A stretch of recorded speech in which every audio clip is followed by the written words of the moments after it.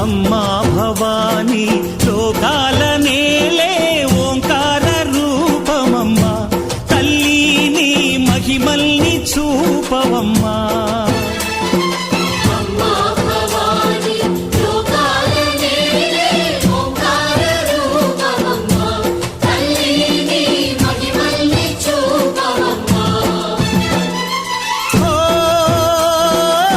సృష్టికే దీపమా, శక్తికే మూలమా, సింహరథమే నీదమ్మా.